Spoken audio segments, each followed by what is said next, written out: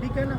आत्मा के अंदर 3 शक्ति होती है, मन, बुद्धि और संस्कार। मन का काम होता है सोचना, जो हम पूरे दिन में कितने सारा सोचते रहते हैं, हमारे थॉट्स मन के अंदर चलते रहते हैं ना। फिर आता है काम बुद्धि का, बुद्धि डिसीजन करती है कि मुझे क्या करना है क्या नहीं करना। मन ने सोचा, बुद्धि ने निर्णय किया, फिर हम कर्म करते हैं। इसलिए हम कहते हैं सोच समझ करके कर्म करो।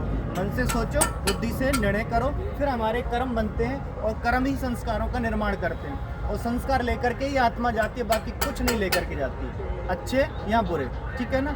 उसके बाद बात आती है कि आत्मा इस शरीर के अंदर कहाँ रहती है। तो भगवान आकर के बताता है कि आत्मा इन दोनों ग्रहों के बीच भ्रकुटी में निवास करती है ना। कोई यहाँ बताते हैं लेकिन यहाँ आत्मा नहीं रहती, आत्मा रहती है यहाँ। जैसे एक ड्राइवर आगे बैठ करके गाड़ी को चलाता है ना, वैसे ही आत्मा रूपी ड्राइवर यहाँ बैठ करके पूरी गाड़ी को ऑपरेट करती रहती है, ठीक है ना।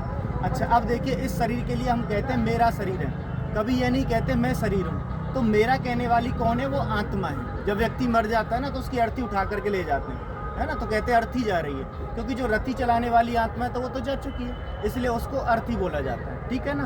तो इसीलिए ये शरीर क्या है? 5 तत्वों का बना हुआ पुतला है, माने एक कॉस्ट्यूम है, जो कि आत्मा आकर के प्रवेश करते तब जाकर के वो पार्ट प्ले करता है सारा, ठीक है ना। तो भगवान सबसे पहला पार्ट हमें यही पढ़ाते हैं कि आप शरीर नहीं हो, आप तो एक चेतन शक्ति आत्मा हो, जिसको प्राण कहते हैं, एनर्जी कहते हैं, रूह कहते हैं, ठीक है ना। उसके बाद बात आती है परमात्मा के विषय में। तो सबसे पहले हमने अपने को जाना कि मैं शरीर नहीं, मैं एक आत्मा हूँ।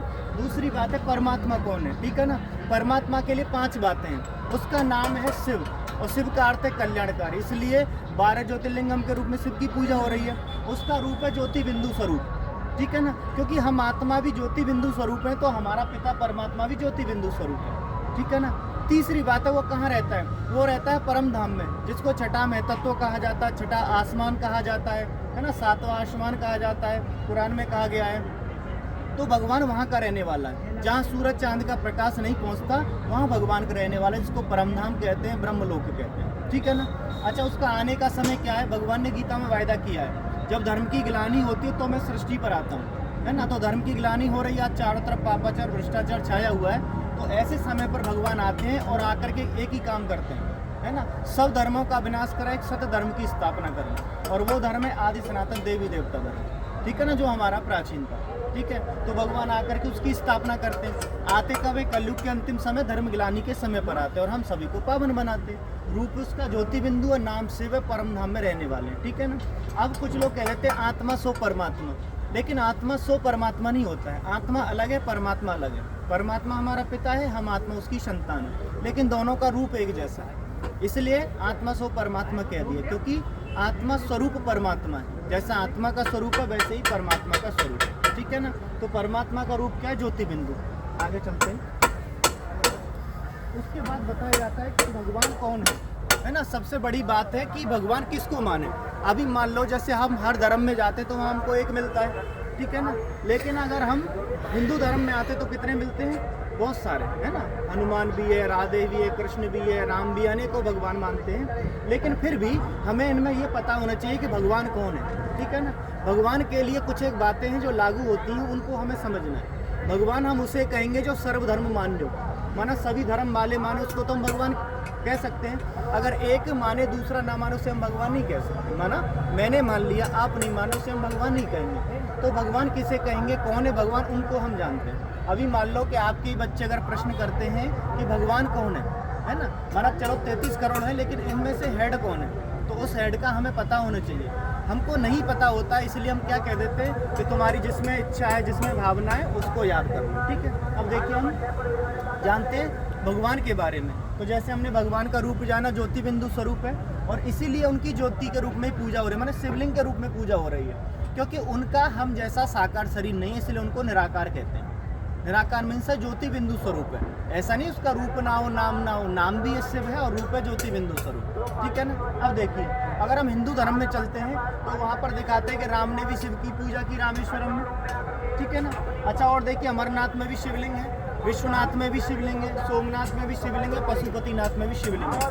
यानी हिंदू धर्म में तो शिव को ज्योति के रूप में याद करते ही हैं। कृष्ण ने भी पांडवों से स्थानेश्वर में, कुरुक्षेत्र में शिव की पूजा कराई, है ना। तो सभी ने शिव की पूजा की। ये हो गए हिंदू धर्म की बात। अब आते हैं मुसलमानों की ओर। मुसलमानों के लिए कहते हैं कि मस्जिद में कोई मूर्ति नहीं होती है, लेकिन जब एक बार ये अपने जीवन काल में है ना, मक्का मदीना जाते हैं हज करने के लिए, जो सऊदी अरब में पड़ता है, वहाँ एक संग अस्वद नाम का पत्थर रखा है, ठीक है ना। तो सब जो शिवलिंग के आकार का है, और सबसे पहले ये उसको चूमते हैं, तब जा करके अपनी नमाज अदा करते हैं, ठीक है ना। और इन ये भी कहते हैं खुदा रूहानी नूर है, करना याद जरूर है, नूर ए इलाही।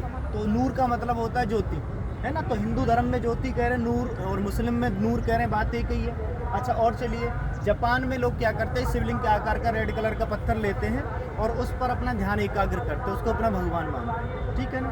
अच्छा, और देखिए, जो पारसी लोग थे, यहूदी लोग थे, वो भी जब आए थे, भारत आए थे, तो जलती हुई लौ लेकर के आए थे, तो वो परमात्मा का यादगार है। अच्छा, और देखिए, जीसस क्राइस्ट जब आए थे, कभी इन्होंने ये नहीं कहा कि मैं भगवान हूँ, सबने ऊपर की तरफ इशारा करके कहा God is one, God is right, भगवान वो ऊपर का रहने वाला है ना। इन्होंने कहा था I am messenger of God, मैं भगवान का संदेश लेकर के आया हूँ सबके लिए, लेकिन मैं भगवान नहीं हूँ, है ना। तो इसलिए इन्होंने क्या कहा, लाइट। अच्छा, अब चलते सिख धर्म में। सिख धर्म में भी कहा जाता है एक ओमकार नाम सतनाम करता पुरुष अकाल मूर्त अजोनी, अनेक उसको टाइटल दिए जाते हैं। तो ओम को तो हिंदू धर्म में वैसे भी बड़ा मानते हैं, ठीक है ना। तो सभी धर्म वालों ने उस पिता परमात्मा को स्वीकार किया, लेकिन अज्ञानवश नहीं जानते, ठीक है ना। इसलिए कहते हैं ना कि काशी अगर राम का और कांवा है अगर रहीम का, बात तो दोनों की ये कही है, झगड़ा है बस नाम, सिर्फ नाम के झगड़े, बाकी सब कर तो उसी परमात्मा को याद रहे, लेकिन अज्ञानवश वो जानते हैं, ठीक है ना। और चलते हैं, देखिए, परमात्मा निराकार है, लेकिन वो 3 देवों के द्वारा 3 कर्तव्य कराता है ना। इसलिए भगवान को गॉड कहा जाता है। सबसे पहले जब वो इस दुनिया में आते हैं, तो एक साधारण मनुष्य तन का आधार लेते हैं, जिसका कर्तव्यवाचक नाम प्रजापिता ब्रह्मा रखते हैं, ठीक है ना। ब्रह्मा के द्वारा क्या काम करते हैं, नई दुनिया की स्थापना का कार्य करते हैं, ठीक है। फिर उसके बाद काम आता है विष्णु जी का। विष्णु जी क्या करते हैं, नई दुनिया जो सत्युग की दुनिया आती है उसकी पालना का कार्य करते हैं। और फिर आता है शंकर जी। शंकर जी के द्वारा विनाश का कार्य होता है, जो कहा जाता है कि जैसे ही शंकर जी का तीसरा नेत्र खुलता वैसे ही विनाश हो जाता है। तो ऐसे ही भगवान आकर के हम सभी को ज्ञान का तीसरा नेत्र देता है। जैसे ही हमारा तीसरा नेत्र ज्ञान का खुलता है, तो हमारे अंदर से जो बुराइयां हैं, नेगेटिविटी है, वो सारी खत्म हो जाती है, ठीक है ना। तो कराने वाला कौन है, वो शिव पिता परमात्मा निराकार ज्योति बिंदु है, लेकिन करने वाले ये 3 देवता हैं, ठीक है ना। और चलते हैं, इसमें बताया गया शिव और शंकर में क्या अंतर है, ठीक है ना। अभी तक शिव और शंकर को हम एक समझ लेते हैं, लेकिन भगवान आकर के हमें ये बताते हैं कि शिव अलग और शंकर अलग है। शिव परमात्मा है, शंकर देवता है। कैसे माने इस बात को, देखो, जब हवन करते हैं ना, तो उस समय आहुति देते हैं, ब्रह्मा देवता नमः, विष्णु देवता नमः, शंकर देवता नमः। फिर पीछे कहते हैं शिव परमात्मा नमः। तो ब्रह्मा विष्णु शंकर को देवता कहा, शिव को परमात्मा कहा, ठीक है ना। इसीलिए हम शिवरात्रि कहते हैं, शंकर रात्रि कभी नहीं कहते, ठीक है ना। अच्छा, और देखिए, शंकर जी को हमेशा कैलाश पर्वत पर तपस्या में बैठे हुए दिखाया है, ठीक है। और हमेशा वो एक नाम का जाप करते हैं, एक मंत्र का जाप करते हैं, ओम नमो शिवाय। तो इसका मीन्स ये होता है कि मैं शिव को नमन करता हूँ, ठीक है ना। अगर ये खुद ही शिव होते तो फिर क्यों ओम नमः शिवाय का जाप करते, ठीक है ना। दूसरी बात, कहा जाता है कि कैलाश पर्वत पर शंकर जी ने पार्वती को अमर कथा सुनाई, अमरनाथ की, ठीक है ना। तो अगर इसका मतलब अमरनाथ कोई और है, अगर ये खुद ही होते तो कहते ना मैं अपनी कथा सुना रहा हूँ। तो इसका मतलब क्या है कि इन्होंने भी इस अमरनाथ परमात्मा शिव की उनको कथा सुनाई, ठीक है ना। तो दोनों अलग है, परमात्मा निराकार है, उनको अपना शरीर नहीं है, लेकिन शंकर जी को अपना शरीर है, ठीक है ना। और एक बात कही जाती है कि ये जो शिवलिंग है ना, वो शंकर का एक अंग है, ठीक है ना, अंग मानते हैं, और उसको अश्लील भी बता देते हैं, है ना। लेकिन अब आप सोचिए कि अगर किसी भी मूर्ति का एक अंग टूट जाता है तो उसको खंडित कर देते, पूजा नहीं करते उसकी, तो शंकर के एक अंग की पूजा कैसे हो सकती है, ठीक है ना। तो इसीलिए परमात्मा शिव है, शंकर देवता हैं। ये परमधाम के रहने वाले हैं, ये सूक्ष्म वतन के रहने वाले हैं, ये सृष्टि के रचयिता हैं और ये इनकी रचना है, ठीक है ना। अब बात आती है कि हम शिवरात्रि क्यों मनाते हैं, और शिव का जो अर्थ है वो शिव से ही जुड़ा हुआ है, शंकर जी से नहीं जुड़ा हुआ, इसलिए हम शिवरात्रि ही कहते हैं।